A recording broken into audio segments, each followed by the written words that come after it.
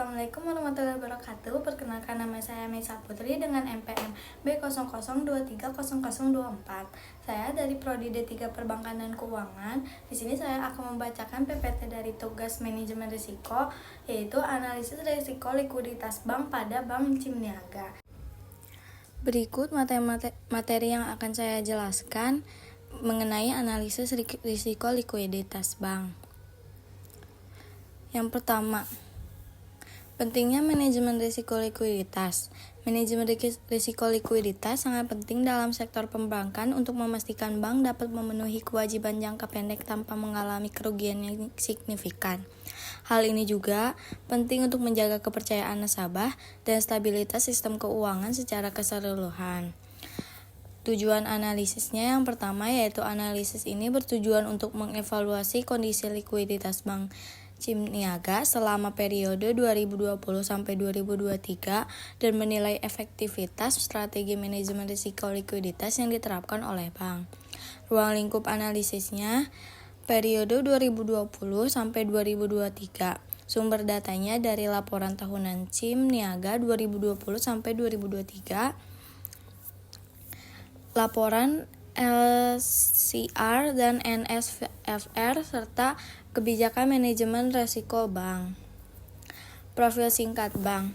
PT Bank Cimniaga Tbk, jenis bank umum, status kepemilikan anak perusahaan dari Cim Group Holdings Berhad, Malaysia. Segmen usaha melayani segmen retail, UKM, korporasi, dan syariah. Cimniaga salah satu bank swasta terbesar di Indonesia berdasarkan aset dan jaringan distribusi sumber dana, yaitu dari dana pihak ketiga DPK yang terdiri dari giro, tabungan, dan deposito. Penggunaan dana yaitu dari penyaluran kredit, investasi surat berharga, dan penempatan antar bank. Lalu ada analisis risiko likuiditas komposisi dana pihak ketiga. 2020 giro 20%, tabungan 30%, deposito 50%, 2021 giro 22%, tabungan 28%, deposito 50%. Sedangkan 2022 giro 25%, tabungan 25%, deposito 50%. 2023 giro 27%, tabungan 23%, deposito 50%. Penyaluran dananya yaitu kredit meningkat dari 60% pada tahun 2020 menjadi 65% pada 2023. Surat berharga stabil di sekitar 15%, antar bank menurun dari 10% pada tahun 2020 menjadi 5% pada tahun 2023. Lalu ada indikator risiko likuiditas.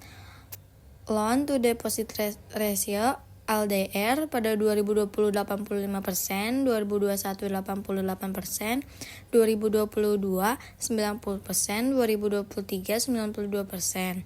Lalu ada liquidity coverage ratio LCR. 2020 110%, 2021 115%, 2022 120%, 2023 125%. Lalu ada net stable funding ratio NSFR. 2020 105%, 2021 108%, 2022 110%, lalu 2023 112%. Berikut ada visualisasi tren LDR, LCR, dan NSFR. Yang LDR yang garis pink, LCR yang garis biru, dan NSFR yang garis hijau. Lalu ada strategi manajemen risiko likuiditas, kebijakan dan prosedur. Bank Cimniaga memiliki kebijakan dan prosedur yang komprehensif untuk mengelola risiko likuiditas. Kebijakan ini mencakup penetapan limit likuiditas, pemantauan posisi likuiditas secara harian, dan pelaporan kepada manajemen senior. Kebijakan dan prosedur ini direview secara berkala untuk memastikan kesesuaiannya dengan perkembangan bisnis dan perubahan regulasi. Stress testingnya, Bank Cimniaga melakukan stress testing secara berkala untuk menguji ketahanan likuiditas bank terhadap berbagai skenario tekanan seperti penarikan dana besar-besaran oleh nasabah atau penurunan nilai aset likuid.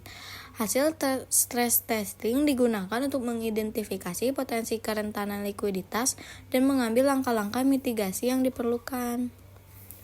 Lalu ada early warning system. Bank Cimniaga memiliki early warning system yang memantau indikator-indikator kunci likuiditas seperti LDR, LCR, NSFR, dan rasio-rasio likuiditas lainnya. Sistem ini memberikan peringatan dini jika ada indikator yang mendekati atau melampaui batas yang telah ditetapkan, sehingga memungkinkan manajemen untuk mengambil tindakan korektif secara proaktif. Lalu ada contingency funding plan. Bank Cimniaga memiliki contingency funding plan atau CFP yang menjelaskan langkah-langkah yang akan diambil bank jika terjadi krisis likuiditas.